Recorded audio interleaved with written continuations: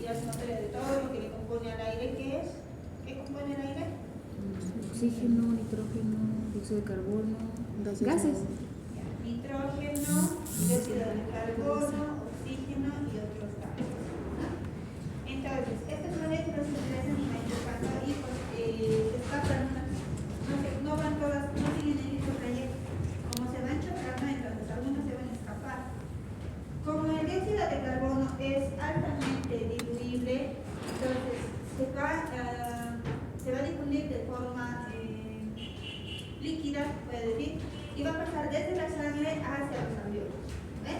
Y el oxígeno, como no tiene afinidad con el líquido, no es soluble, se puede decir, entonces va a ir en forma gaseosa, va a llegar hasta el alveolo y también con los múltiples choques que tiene entre moléculas, entonces va a ir hacia el torrente sanguíneo, se va a encontrar con la hemoglobina y como casados se van a ir hacia los tejidos periféricos, a oxigenar. Entonces todo esto, para que se realice la membrana, debe de tener un grosor normal. Pero ¿qué sucede cuando la membrana es más gruesa que de lo normal? Entonces el alveolo y la sangre no van a poder encontrarse, por lo tanto no va a haber una adecuada oxigenación. Generalmente hemos dicho que tiene un espesor de 2 micras la membrana del epitelio alveolar y 5 micras el espesor de la membrana endotelial, del endotelio capilar, ¿no?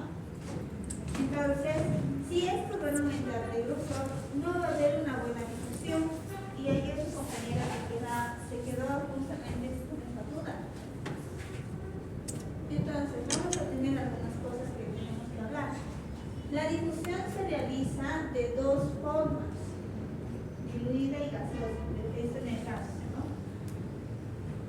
Entonces, desde la membrana hacia el alveolo, eso es lo normal que se tiene que producir en el alveolo oxígeno, por ejemplo.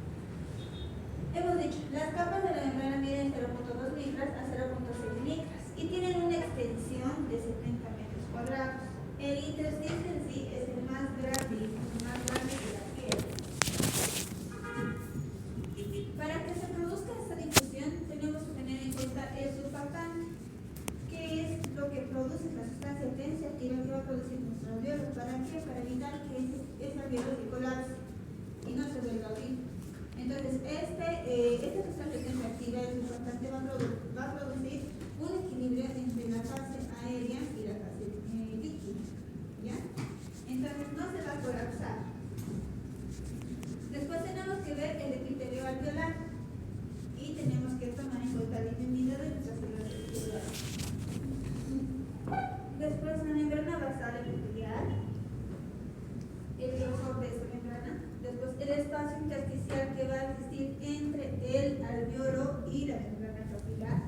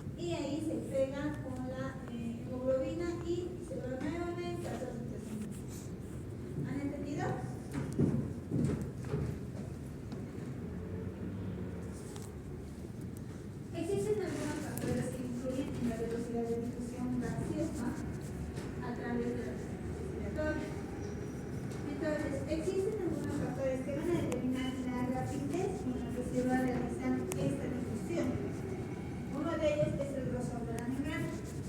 Si la membrana es muy gruesa, la velocidad de difusión va a ser lenta. ¿Ya? Hemos dicho, a ver, que depende mucho del calibre. Ayer hemos hablado. Y hemos puesto el ejemplo de una botella con un bol, ¿no? Entonces el bol está libre. Digamos que nuestra membrana es gruesa, digo, es muy delgada, entonces va a pasar libremente. Pero si es gruesa, no va a pasar con facilidad. La difusión no se va a producir una difusión con facilidad, y más bien va a ser lenta. El área superficial de la membrana. También nos habla de cómo tiene que estar la membrana, tiene que estar en un tamaño adecuado. Después, el coeficiente de difusión del gas en la sustancia de la membrana. Hemos hablado ya del coeficiente y existen ya algunos datos predichos que ya están en su libro de Gauss. Entonces, de acuerdo a esos datos, vamos a tomar en cuenta para que la difusión se haga de forma adecuada, en forma diluida y en forma gaseosa. La diferencia de presión parcial del gas entre los dos lados de la membrana. Entonces, hemos hablado, volvemos a hablar. Aquí están nuestros gases, ¿no? Todo eso es lo que tiene que pasar. Pero algunos son traviesos y se van chocando y salen hacia el alveolo. Entonces, esa es nuestra diferencia de presión parcial. La cantidad de células que se han chocado y han ido hacia el otro lado. De un total que aquí, digamos, tenemos unas 10 moléculas de oxígeno, todas estas han ido jugando y unas 3 han ido de este lado. Cosa de que todas esas 10 no se han difundido aquí, no han llegado hasta el final. ¿Ven? Entonces, esa es nuestra presión parcial.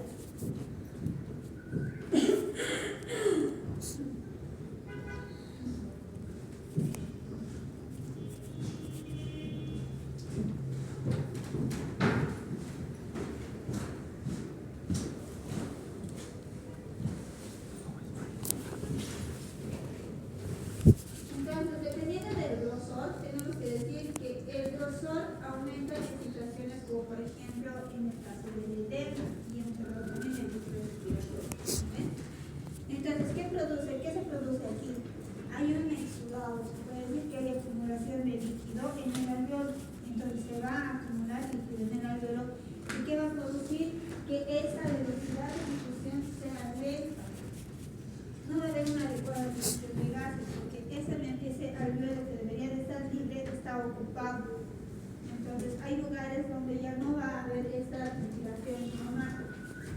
Como en el caso, como la velocidad de difusión a través de la membrana es inversamente proporcional al grosor de la membrana, entonces, ¿qué quiere decir? Ha aumentado el grosor y la hemoglobina hemos dicho que tiene el mismo tamaño del grosor de la membrana, ¿no ves? Por esa razón, puede estar en contacto con el capilar y con el alveolo, ¿ven? Pero ¿qué sucede si es que es más grueso? La hemoglobina no va a poder estar en contacto. Va a haber más dificultad, por lo tanto el oxígeno no va a poder pasar y no se va a poder juntar con la hemoglobina. Y por lo tanto ya no va a haber una adecuada oxigenación. Entonces, cualquier factor que aumente el grosor más de 2 a 3 veces el valor normal puede interferir de forma significativa con el intercambio gaseoso. Eso es lo que les decía hace un momentito. Si existe algo grueso, como hemos dicho en inflamación, no va a poder pasar, ¿ves? No va a haber una permeabilidad, porque si pongamos el tamaño, una idea de los tubos, digamos, ¿no? Si tengo un tubo con este número y con este número, ¿va a pasar con facilidad? Sí, ¿no ve? Es más lineal. En relación a esto, a ver, pongan a personas en una calle estrecha, digamos de 2 carriles, o de un carril, por un como túnel. las calles de Potosí, ¿no? Y otras, digamos de unas 2 a 3 calles donde pueden entrar 2 a 3 autos. ¿Hay más gente que va a pasar de este lado o menos? Va a pasar más gente, ¿no? En una calle que es súper amplia, va a pasar más gente con mayor facilidad, no se van a ir chocando, no se van a detener, etc. En cambio, en una calle estrecha, no va a pasar la gente, ¿no ven? Menos personas se van a animar a pasar y van a tardar incluso en llegar al lugar. Entonces, es eso lo que ayer hablábamos y como se está traduciendo aquí.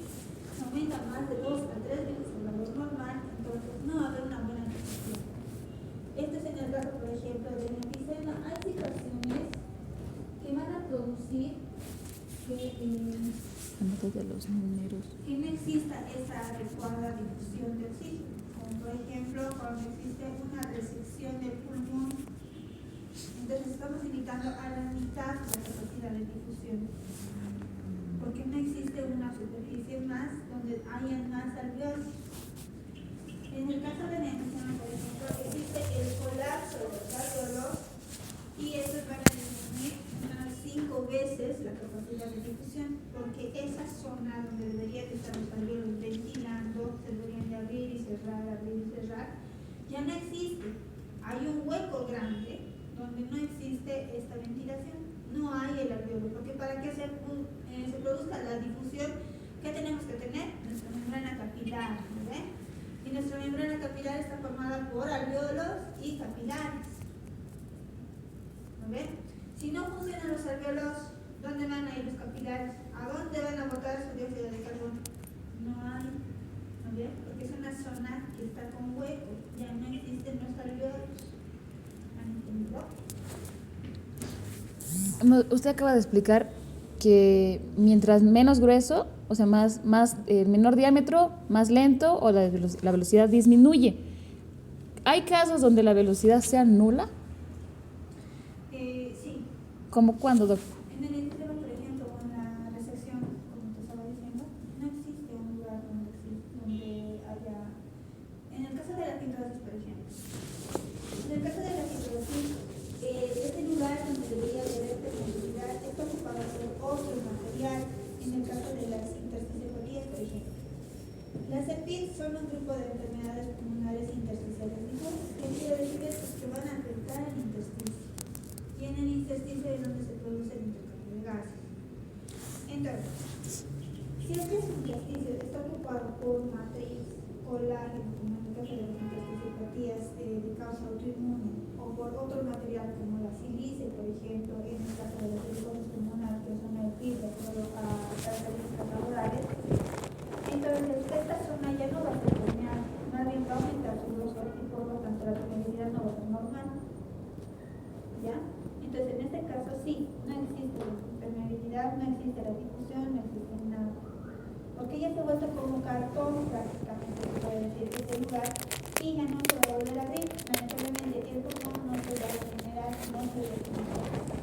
Entonces, el daño que provocamos al pulmón no es, ¿qué se puede decir? No es reversible. Por eso les digo, aunque ustedes fumen y digan, no, hace años lo he dejado, hace 20 años lo he dejado, es un nuevo poquito, el daño ya está hecho. Incluso el vapear produce la enfermedad. ¿Ya? Entonces, como decía su compañera, la pérdida de genes, bueno, existen situaciones en las que no hay tal intercambio.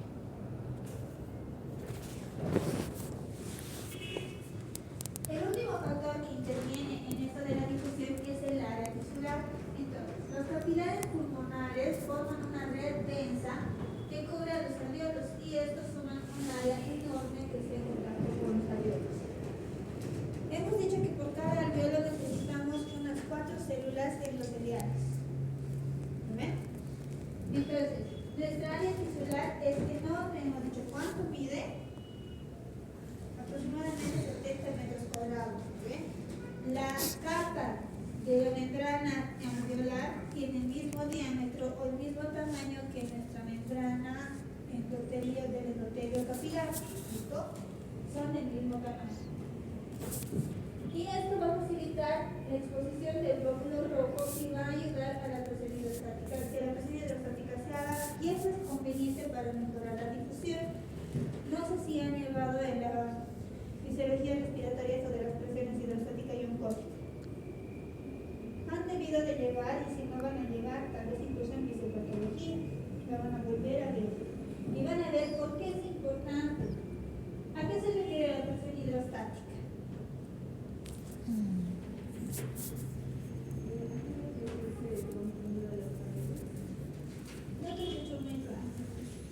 Aquella fuerza que ejerce el contenido hacia las paredes.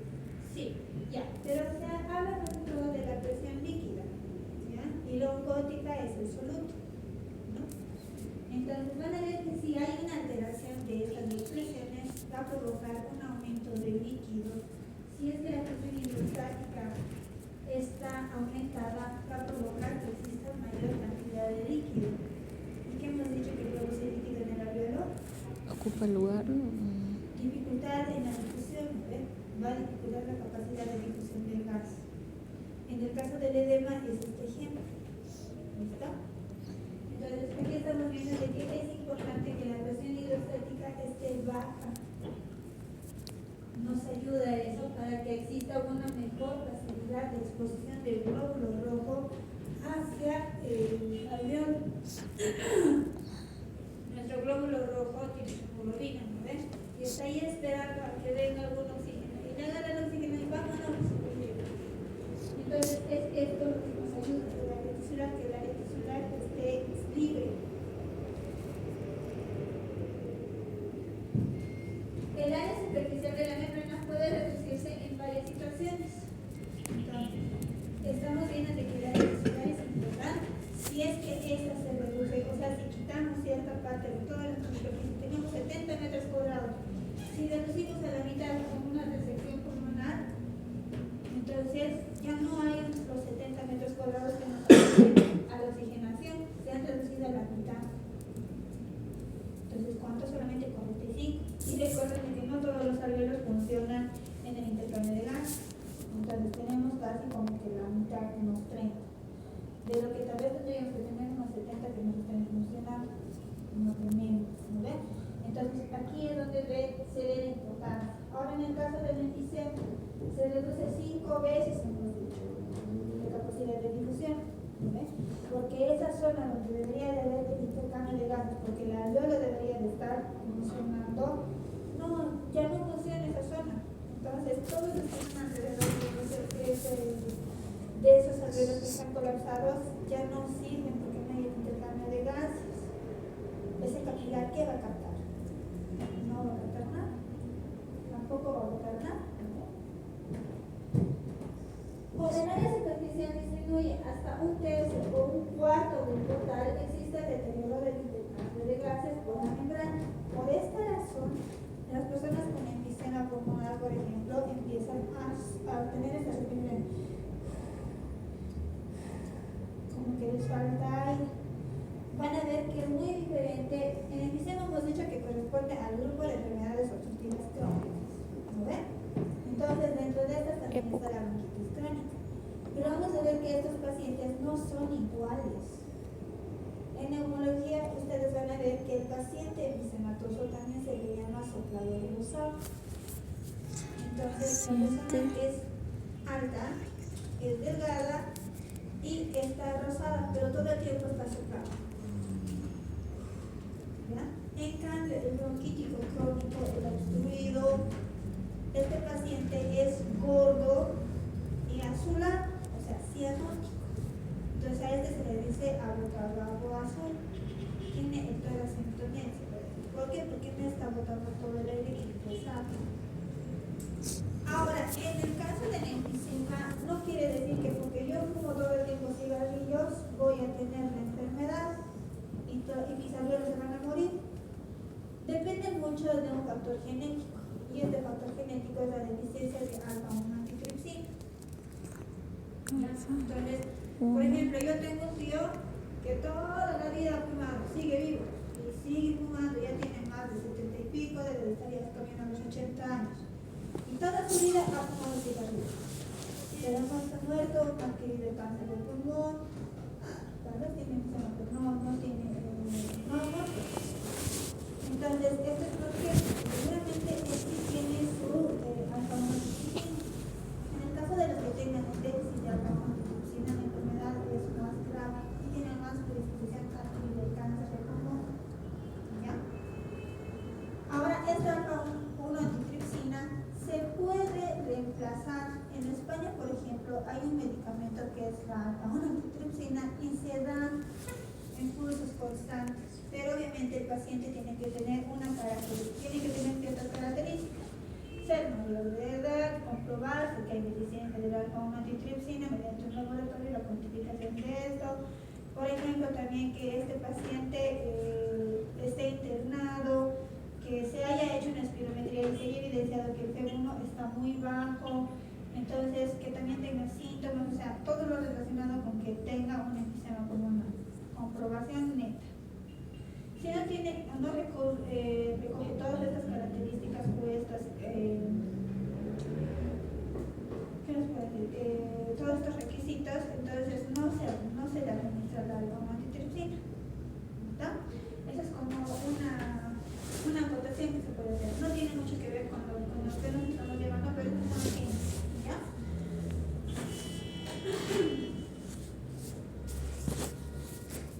Ahora también tenemos nuestra diferencia de presión, que es importante, ¿no ven? ¿Cuál es la diferencia de presión? Volvemos a decir, los gases que se van chocando y se van saliendo de forma previamente. Entonces, la presión parcial de un gas en los alveolos representa la cantidad de moléculas que se encuentran en una superficie, en nuestro caso en nuestro alveolo, y en una unidad de tiempo determinado.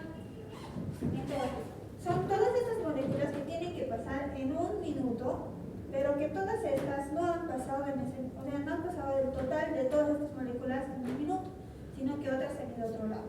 Entonces, esta resta es la que nos va a producir nuestra diferencia de presión. La presión del gas en sangre representa la cantidad de moléculas que intentan escapar de la sangre en sentido opuesto, o sea que se quieren ir a los alveolos. Para que tenemos en cuenta esto, la mayor presión del gas, una presión del gas elevada, va a producir la difusión del oxígeno de los alveolos a torrente sanguíneo. Cuando la presión del gas, del oxígeno, es mayor en forma gaseosa, entonces va a producirse una mayor difusión hacia la sangre.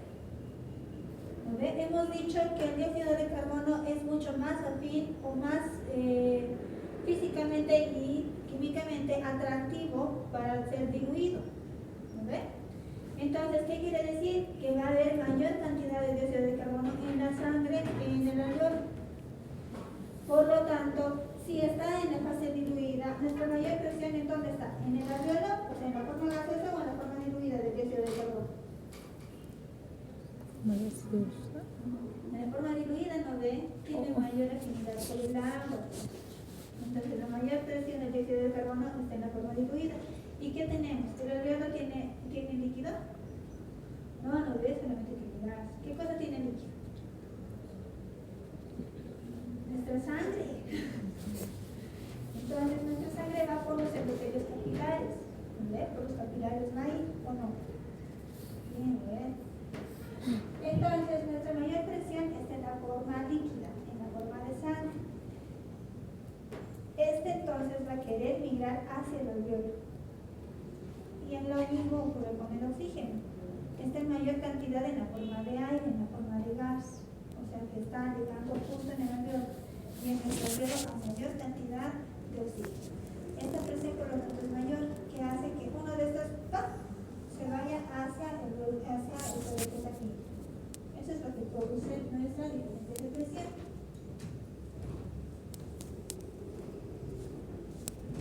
La capacidad de difusión de la membrana respiratoria nos habla para que el intercambio de gases se defina como el volumen de gas que difunde a través de la membrana en un minuto para una diferencia de presión parcial de 1 milímetro de mercurio. Entonces, tenemos una cierta cantidad por ml, se puede decir, de cierto gas que va a difundirse en una unidad de tiempo, eso no lo vamos a cuantificar, y por una presión.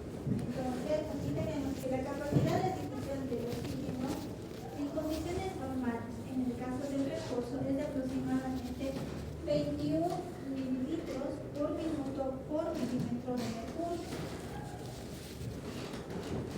Y esto va a producir una diferencia media de presión en reposo, es de 11 milímetros de mercurio. Entonces, la presión con la que van a migrar estas moléculas es de 11 milímetros de mercurio. ¿Ya? Todas las que no van a pegar. Vamos a multiplicarlo a estas y nos va a dar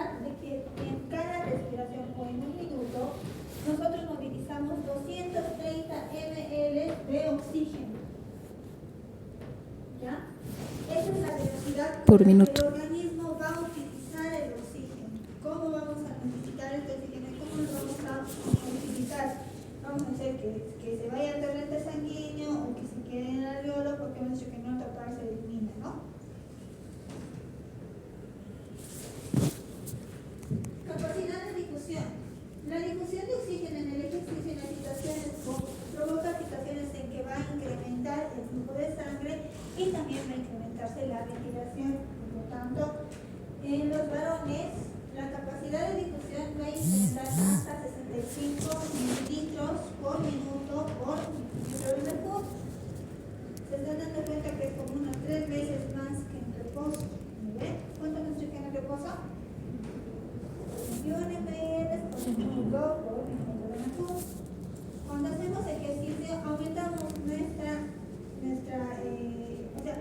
existe una vascularización que va a producir que exista mayor flujo de sangre y también se van a abrir los alveolos, vamos a producir que los alveolos que están descansando se abran y por lo tanto va a aumentar la ventilación. Porque entonces, si hemos hecho que nuestros alveolos que no están funcionando funcionen y que los capilares que estaban en un tramo reducido se abra más este capilar y por lo tanto haya más difusión de dióxido de carbono, eso hace que aumenta nuestra área superficial de la sangre hacia la que puede difundir el oxígeno. Entonces, si mi capilar está con mayor circulación, porque al hacer ejercicio aumenta nuestro gasto cardíaco, ¿no? O sea, hay mayor circulación, se puede decir. Entonces, hay mayor cantidad de glóbulos rojos que van a permitir la captación del oxígeno. Entonces, se va a pasar con mayor facilidad. Esto va a producir la apertura de muchos capilares, se abren más capilares. Ahora, el llamado coeficiente de ventilación-perfusión es el que también nos va a ayudar. Lo que estoy diciéndoles ahorita es el coeficiente de ventilación-perfusión. Ventilación es la forma en la que la sangre es oxigenada. Y perfusión de la sangre es la sangre que habla del lugar donde la sangre está llegando. ¿Listo? Entonces, esto va a provocar un equilibrio entre la presión alveolar, la ventilación y la perfusión capilar.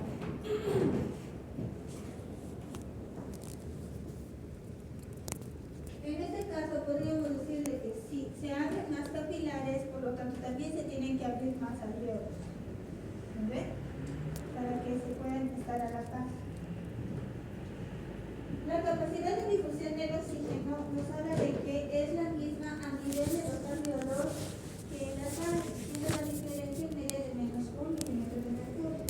Hemos dicho que las presiones son iguales, ¿no? En forma diluida y en forma gaseosa, la presión del gas va a ser igual. Siendo su coeficiente de difusión 20 veces mayor en el oxígeno, entonces tenemos la capacidad de difusión de dióxido de carbono en reposo es de 400 a 450 ml por minuto por milímetro de mercurio. Y en situaciones donde existe ejercicio o esfuerzo, para nosotros es de 1200 a 1300 ml por minuto por milímetro de mercurio. Ahora, la capacidad de difusión del dióxido de carbono en realidad es bien difícil de tomar. No se puede tomar porque el dióxido de carbono pasa rápido hacia la hemoglobina, pasa rápido hacia la alveola. Entonces, no se puede difundir, no se puede tomar mucho la capacidad de difusión. No hay una idea exacta, pero podemos utilizar una fórmula, por ejemplo, que es el método de dióxido de carbono. Les voy a pasar, es un poco bien difícil de entender esto, porque nos habla más que todo de cómo vamos a medir, y aquí está el DLCO. El DLCO, como decíamos la anterior semana, mide la difusión de monóxido de carbono. Les voy a pasar un artículo a su compañero que viene todos los días. Entonces le voy a pasar el artículo sobre el DLCO, es un actualizado. Y eso van a leer para entender un poquito mejor esto. ¿Ya? Y entonces, ¿qué nos indica? Que el monóxido de carbono tiene mejor afinidad con la hemoglobina.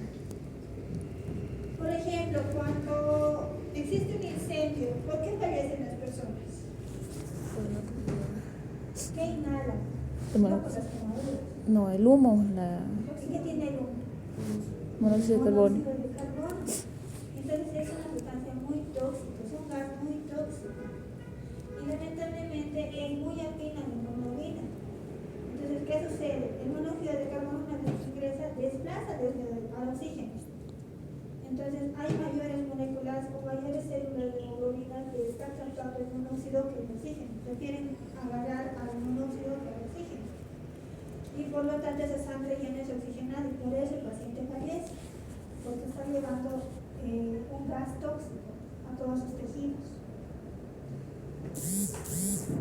Entonces, la capacidad de difusión se puede medir a partir de la presión alveolar, la presión de oxígeno alveolar, la presión de oxígeno en la sangre pulmonar y la velocidad de captación de oxígeno por la sangre. Entonces, si no hay una buena captación de oxígeno por la sangre, no va a haber una adecuada difusión de gases, por lo tanto no va a haber una buena oxigenación tisular, por lo tanto el tejido va a morir. Esta presión de oxígeno en la sangre pulmonar se define como la capacidad de difusión de monóxido de carbono. Entonces, lo normal sería que nuestra respiración tengamos sangre oxigenada, pero cuando existe monóxido de carbono, entonces este lo va a desplazar. ¿Cómo se realiza esto? Vamos a hacer que el paciente inhale una pequeña porción de monóxido de carbono hacia los alveolos y se va a medir la presión parcial que va a provocar esto. Como hemos dicho, tiene una alta afinidad, pero en menos de un minuto ya está captado. Entonces, en la hemoglobina su presión es igual a 0. Porque este tiempo que va a tardar no se puede medir, porque inmediatamente ingresa es como que lo ve y la agarra. Y no se puede medir cuánto de cantidad está incluida en la sangre. Entonces, por eso es igual a 0. Entonces, la presión de monóxido a través de la membrana respiratoria es igual a la presión parcial alveolar. Se mide mejor en la forma gaseosa entonces que en la forma disuelta. La capacidad de difusión media del monóxido de carbono es de 17 mililitros por minuto por milímetro de mercurio. Por lo que la capacidad de difusión del oxígeno es de 1.23 veces mayor a la del monóxido de carbono. Tenemos igual nuestras tablitas donde dice nuestra capacidad de difusión en forma líquida y en forma diluida y en forma gaseosa. ¿Ves? Ese es el detalle.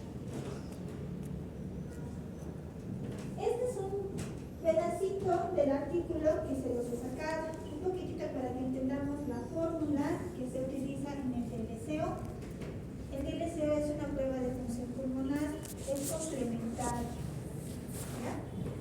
Entonces nos dice, la ecuación de Fick para la difusión de gases ayuda a explicar los factores fisiológicos que van a afectar a la DLCO. La membrana respiratoria forma parte de la barrera de difusión y separa el aire dentro del alveolo de la sangre que va a fluir por los capilares. La membrana está compuesta por el epitelio alveolar, el intersticio y el endotelio capilar. El epitelio alveolar, el intersticio y el endotelio capilar. La DLCO se obtiene a partir de mediciones principales. Entonces, de esta manera vamos a medir el volumen alveolar, que es accesible durante 10 segundos de apnea. ¿Qué es apnea? ¿Saben qué? La falta de respiración. Cuando ustedes no respiran, aguantan en la respiración.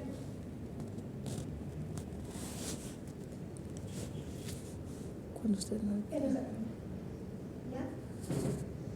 Por ejemplo, existe la apnea obstructiva de la frente, no sé si han escuchado de eso. Hay personas que están durmiendo y están respirando normal y en un momento dado ya no respiran. Y duran más de 10 segundos. Esa es nuestra apnea. ¿Ya?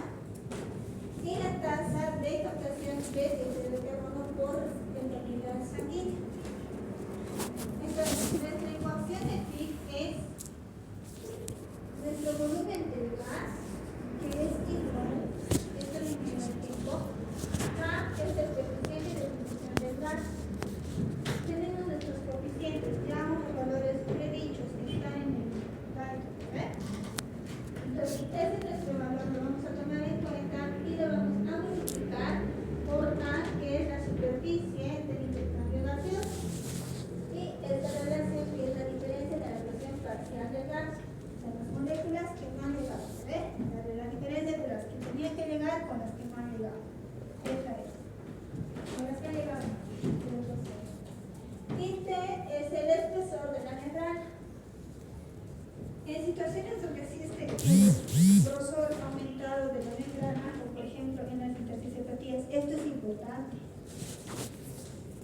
En el caso de la silicosis pulmonar o cuando vemos en una espirometría un factor de restricción, tenemos que complementar con el deseo. Tenemos que decir por qué está esa área pequeña, qué está sucediendo.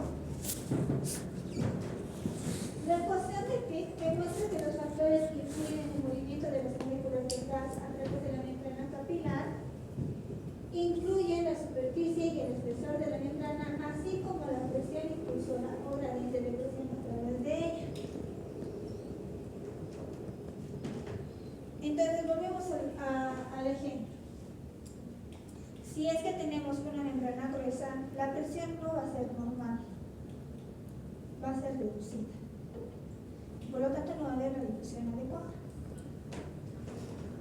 Pero van a leer el artículo para complementarlo, ¿ya? Ahora tenemos el efecto del cociente de ventilación-perfusión sobre la concentración de un gas. Algunas enfermedades pueden existir, zonas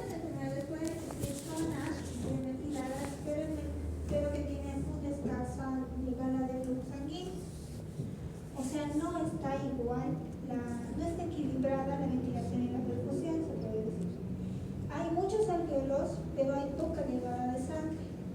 En el caso de la anemia, por ejemplo. ¿Ve? Entonces, y también hay otras situaciones donde es al revés. Existe una mayor cantidad de capilares, pero hay poquitos alvéolos.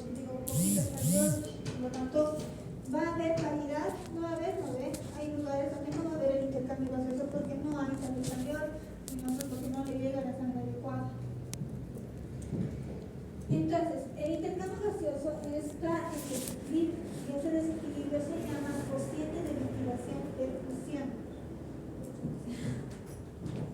Lo que hemos hablado hace un momento. Ahora ya vamos a hablar sobre cómo se produce esto. Entonces, tenemos tres variables. Hemos dicho que lo normal es que haya alvéolos equilibrados o en la misma cantidad que el terminal. Eso es lo normal. Pero ¿qué sucede cuando no existe una adecuada cantidad de vasos sanguíneos? Pero sí tenemos una cantidad adecuada de alvéolos.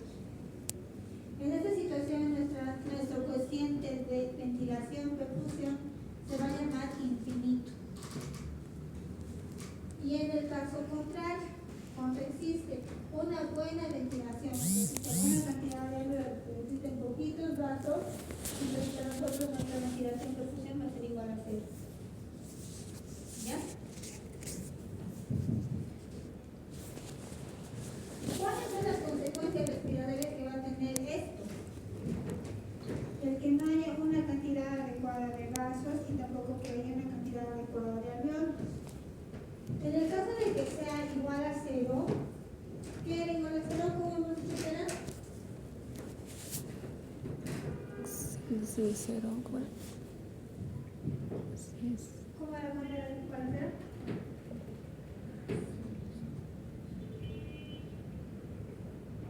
No existe una buena cantidad de vasos sanguíneos, pero sí hay una buena cantidad de alvéolos.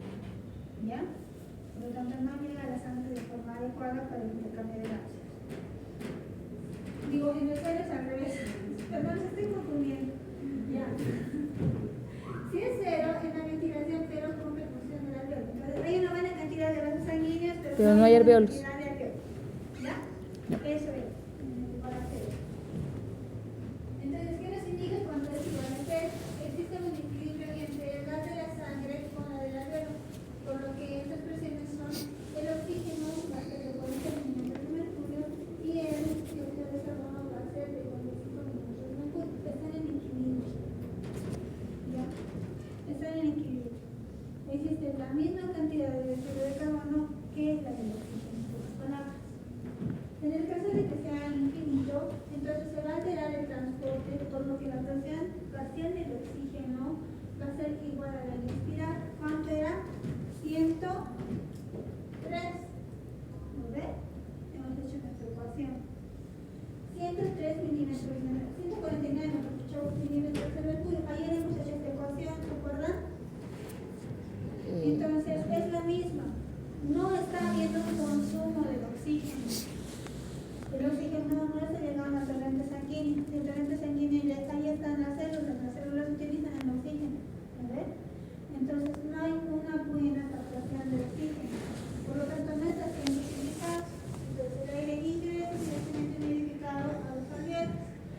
ya presenta el dióxido de carbono es de cero, porque no se produce en el metabolismo en la célula. ¿Ya? Entonces, en el caso de que el coeficiente de ventilación alveolar y la perfusión del dióxido de carbono esté normal, tenemos que el oxígeno normalmente tiene que estar en 104 milímetros de mercurio y el dióxido de carbono en 40 milímetros de mercurio. Eso es lo normal. ¿Cuál es el más grave?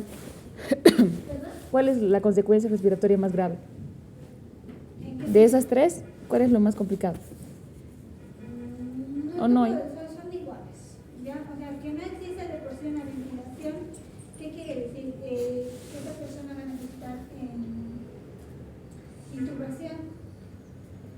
Todas estas situaciones, estas dos principales, la de cero y del infinito, van a producir que el paciente tenga cuadros de insuficiencia respiratoria, porque no está haciendo una adecuada oxigenación. Y recuerden que nosotros necesitamos oxígeno. Tal vez lo más grave, así considerando lo que no se está eliminando el dióxido de carbono y les puede producir una encefalopatía hipóxica, sería la segunda, la del infinito. ¿Ya? Les voy a mandar el artículo del DLCO, como les decía. Ahí está mucho más bien explicado esto. Como les digo, es bien complicadito eso de la reducción de gases. Pero lo clave que tienen que entender es que si no existe una cantidad adecuada de alveolos con los capilares, entonces no va a haber una adecuada difusión de gases. Ese es el punto. Y que no podemos permitir que el dióxido de carbono aumente en cantidad, exalte